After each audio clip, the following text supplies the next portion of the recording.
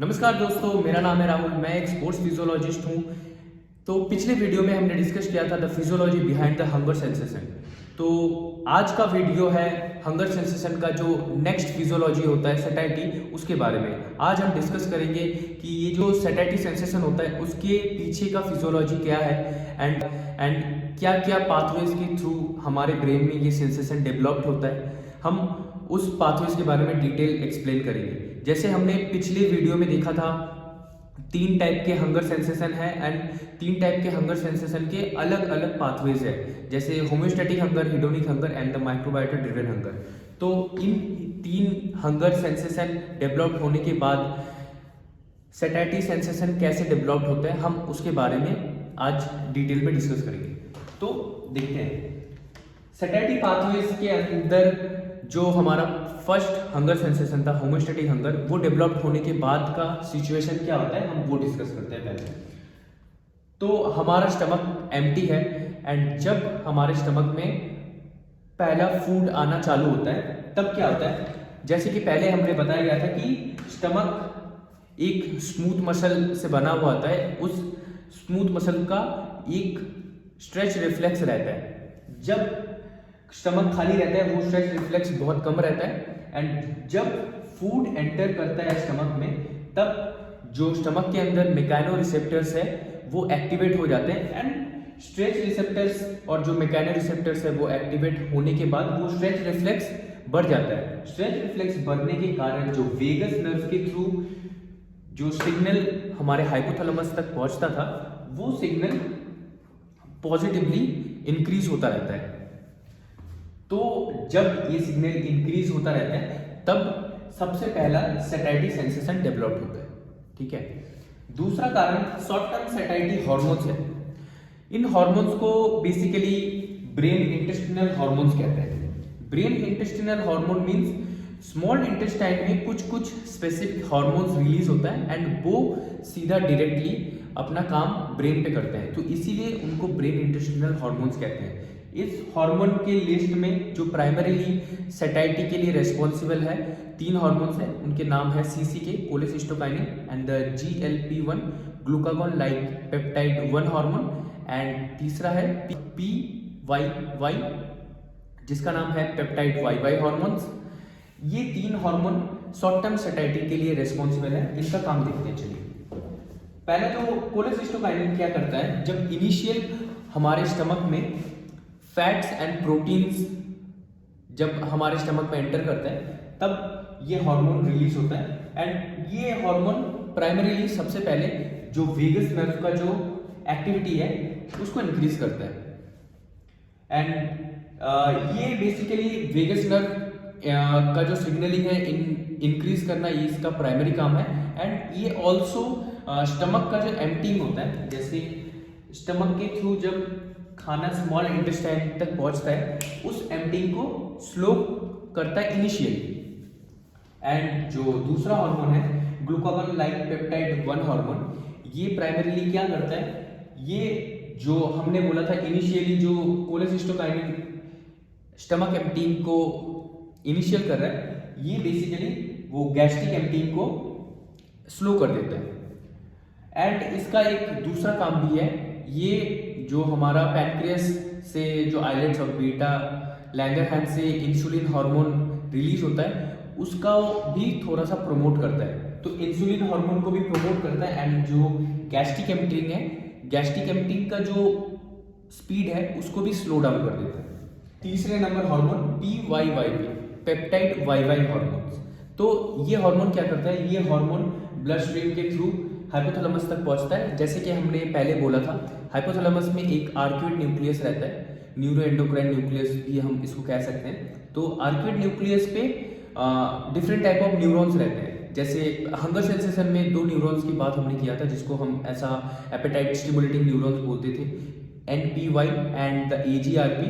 वैसे ही और दो टाइप के न्यूरॉन उधर पाए जाते हैं, जो है नाम है उसका पीओएमसी एंड सीएआरटी। ये दो न्यूरॉन, इनको हम एपेटाइट सप्रेसिंग न्यूरॉन्स बोलते हैं। तो ये जो पीवाईवाई जो हार्मोन है ये हाइपोथैलेमस तक पहुंच के आर्क्यूट न्यूक्लियस पे जो हंगर स्टिमुलेटिंग न्यूरॉन्स थे NPY एंड AGRP, इन दो न्यूरॉन्स जो एक्टिवेटेड रहते हैं उनको सप्रेस कर देता है। तो जो हमारा फर्दर पाथवे था जो वो लैटरल हाइपोथैलेमस को एक्टिवेट करता था एंड हमारे अंदर फूड सेंसेशन या जो हंगर सेंसेशन डेवलप होता था उसको वो बंद कर देता है।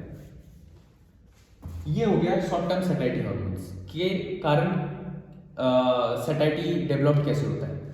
तो तीसरे में आते हैं हम मीडियम टर्म सैटिस्फैक्टरी। ठीक है, तो मीडियम टर्म सैटिस्फैक्टरी में क्या होता है, जैसे कि होम्योस्टैटिक हंगर में हमने एक कारण देखा था कि हाइपोग्लाइसेमिक कंडीशन या बॉडी में अमाइनो एसिड या फैटी एसिड लेवल का कम हो जाना। तो वैसे ही जब हमारे बॉडी में या स्टमक में जब कार्बोहाइड्रेट प्रोटीन फैट्स वाले खाने आना चालू हो जाते हैं तब क्या होता है कि हमारे ब्लड में glucose amino acid and fatty acid का लेवल फिर से राइज हो जाता है। तो जब वो ब्लड में उसका लेवल राइज हो जाता है तब सीधा ब्लड ब्रेन बैरियर से वो सिग्नल पॉजिटिव सिग्नल हाइपोथैलेमस के पास जाता है कि ब्लड में अभी ग्लूकोज का लेवल बढ़ गया है, अमाइनो एसिड या फैटी एसिड लेवल का बढ़ गया है। तब क्या होता है बेसिकली अगर ये राइजिंग ग्लूकोज लिखा हुआ है ये अमाइनो एसिड या फैटी एसिड भी हो सकता है।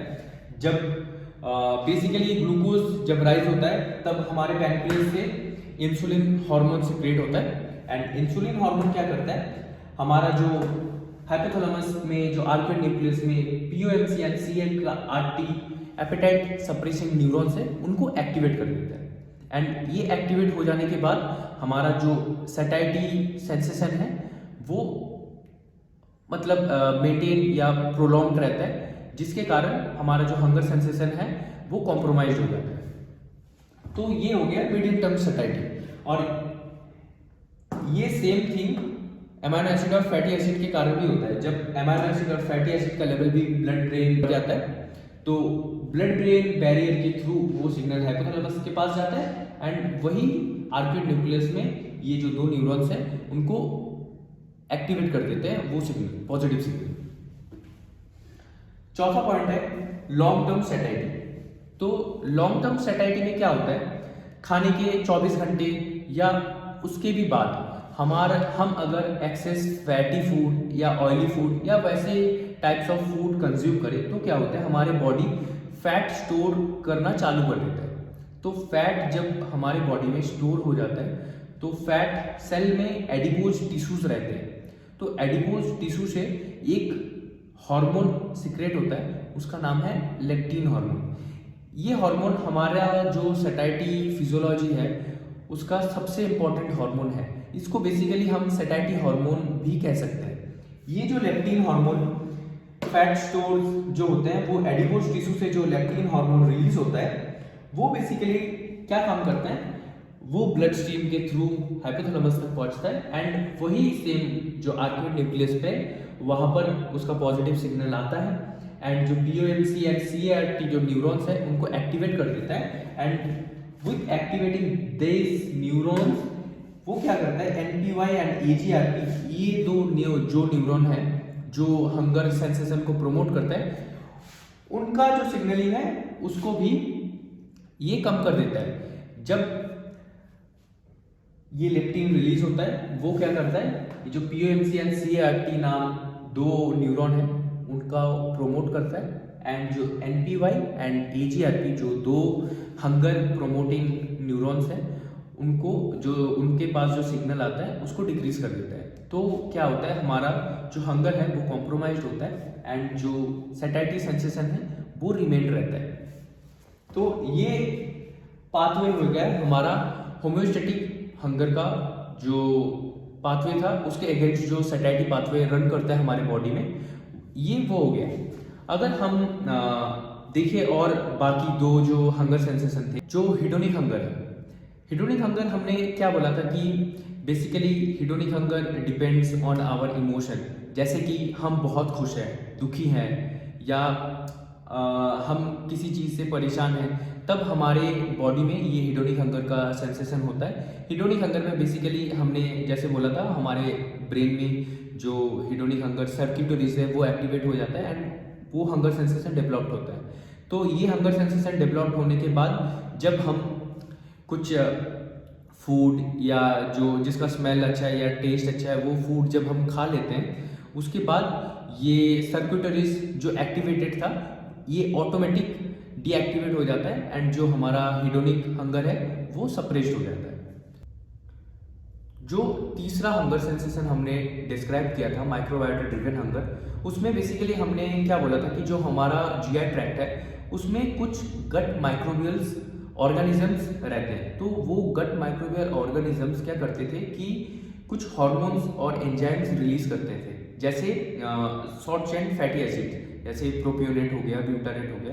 तो ये short chain fatty acid further क्या होता था, वो जैसे हमने बोला था हंगर सेंसेशन के लिए वो पैनक्रियास में कुछ स्पेसिफिक रिसेप्टर में बाइंड होते थे, वैसे ही सैटाइटी में भी ये शॉर्ट चेन फैटी एसिड्स क्या होता था, पैनक्रियास में कुछ रिसेप्टर है जैसे short chain fatty acid 2 and ji protein couple receptor 42, इन दो रिसेप्टर में ये शॉर्ट चेन फैटी एसिड्स आके बाइंड होते थे एंड ये इंसुलिन एंड लेप्टिन, इन दोनों हार्मोन्स का जो रिलीज या सिक्रेशन है उनको प्रमोट करते थे, उनको इंक्रीज करता था। तो इंसुलिन एंड लेप्टिन इन दोनों का जब रिलीज इंक्रीज हो जाता है तो क्या होता है, ये जो पीओएमसी एंड सीएआरटी जो न्यूरॉन्स है, जिसको बेसिकली हम एपेटाइट सप्रेसिंग न्यूरॉन्स बोलते हैं, ये हाईली एक्टिवेट हो जाता है एंड ये सैटाइटी जो सेंसेशन है उसको रिमेन रखता है एंड हंगर सेंसेशन को ये टोटली सप्रेस कर देता है। तो ये बेसिकली हो गया पूरा फिजियोलॉजी ऑफ सैटाइटी का पाथवेज एंड ऐसे ही हमारा फिजियोलॉजी ऑफ सैटाइटी डेवलप होता है हमारे ह्यूमन बॉडी में। 3 different types of hunger pathways हमने डिस्क्राइब किया एंड उन 3 हंगर सेंसेशन के अगेंस्ट जो फिजियोलॉजिकल पाथवे हमारे बॉडी में डेवलप होता है, हमने उस पाथवेज के बारे में भी डिस्कस कर लिया। तो ये टोटल हो गया हमारा फिजियोलॉजी ऑफ सैटाइटी। तो एक क्विक हमने एक रिव्यू कर लेते हैं कि जैसे फूड हमारे स्टमक में एंट्री होता है तब हमारा जो स्टमक का स्ट्रेच रिफ्लेक्स है वो इंक्रीज हो जाता है एंड वेगस नर्व के थ्रू वो इंक्रीज सिग्नल हमारे हाइपोथैलेमस तक पहुंचता है एंड उसके बाद क्या होता है, ब्रेन इंटेस्टिनल जो हार्मोन्स रहते हैं जैसे कोलेसिस्टोकाइनिन, GLP-1 एंड PYY, ये 3 हार्मोन्स क्या करते हैं, कोलेसिस्टोकाइनिन वेगस नर्व का जो एक्टिविटी है उनको इंक्रीज कर देता है एंड इनिशियली जो स्टमक एम्प्टिंग होता है फूड का उसको स्लो डाउन कर देता है एंड GLP-1 क्या करता है, जो गैस्ट्रिक एम्प्टिंग है उसको फर्दर प्रमोट करता है, स्लो डाउन कर देता है गैस्ट्रिक एम्प्टिंग को कि स्टमक फुल हो और ज़्यादा से ज़्यादा वेगस सिग्नल ब्रेन तक पहुंचे एंड इसके अलावा भी ये सेकेंडरी एक काम करता है जो इंसुलिन हार्मोन का जो रिलीज है उसको भी प्रमोट करता है एंड 3 नंबर जो पेप्टाइड वाई हार्मोन है, ये जो हमारा हंगर स्टिमुलेटिंग न्यूरॉन्स थे NPY एंड AGRP इनको सप्रेस करता है। और जो जब हमारे ब्लड में glucose, amino acid, fatty acids के लेवल बढ़ जाते हैं तब हमारे हाइपोथैलेमस के पास सिग्नल आता है एंड हाइपोथैलेमस के थ्रू वही आर्किड न्यूक्लियस पे फर्दर सिग्नल आके ये न्यूरॉन्स एक्टिवेट होता है एंड ये न्यूरॉन फर्दर हिंड ब्रेन तक अपना सेंसेशन ले जाते हैं एंड हिंड ब्रेन को हम ऐसा सैटाइटी सेंटर बोल सकते हैं। उसके बाद ही जो सैटाइटी सेंसेशन है वो हमारे बॉडी में डेवलप होता है एंड 4 नंबर है, ये जब हमारे बॉडी में फैट स्टोर होता है 24 घंटे के बाद, उस स्टोर्ड फैट से जो एडिपोज टिश्यू है वो एडिपोज टिश्यू लेप्टिन रिलीज करता है एंड लेप्टिन क्या करता है, जो हंगर स्टिमुलेटिंग न्यूरॉन्स है उनको सप्रेस करता है, जो प्रोमोटिंग न्यूरॉन्स है उनका जो एक्टिविटी है उनको इंक्रीज करता है। तो उस जो इंक्रीज सिग्नल है वो हिंड ब्रेन तक पहुंचता है एंड हमारा जो सैटाइटी सेंसेशन है वो डेवलप हो जाता है। एंड उसके बाद अगर हम हिडोनिक हंगर पे आए तो हिडोनिक हंगर पे हमारा जो भी खाने का जो क्रेविंग होता है वो खाना खा लेने के बाद ऑटोमेटिक हमारा जो हिडोनिक हंगर सर्क्यूटरीज हमारे ब्रेन में है वो डीएक्टिवेट हो जाता है एंड उधर ही हमारा जो हंगर सेंसेशन वो डेवलप हुआ था उधर ही वो सप्रेस हो जाता है।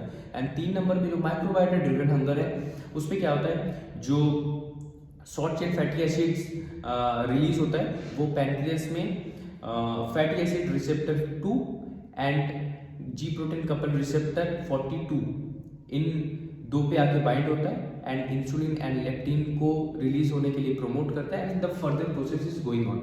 एंड जब ये पीओएमसी एंड सीआरटी न्यूरॉन्स एक्टिवेट हो जाता है, ये एक्टिवेटेड पॉजिटिव सिग्नल आता है हिंड ब्रेन में। जैसे हंगर सेंसेशन में लैटरल हाइपोथैलेमस के पास जाता था, लैटरल हाइपोथैलेमस एक्टिवेट होने के बाद हंगर सेंसेशन डेवलप हो जाता था, वैसे ही ये सेंसेशन हिंड ब्रेन में आता है। तो बेसिकली हमारे पोस्टीरियर हेड में एक पोर्शन है, हिंड ब्रेन को हम सैटाइटी सेंटर भी बोल सकते हैं। तो ये सैटाइटी सेंटर जब एक्टिवेट होता है तब हमारे अंदर जो सैटाइटी का सेंसेशन है वो प्रॉपरली डेवलप हो जाता है।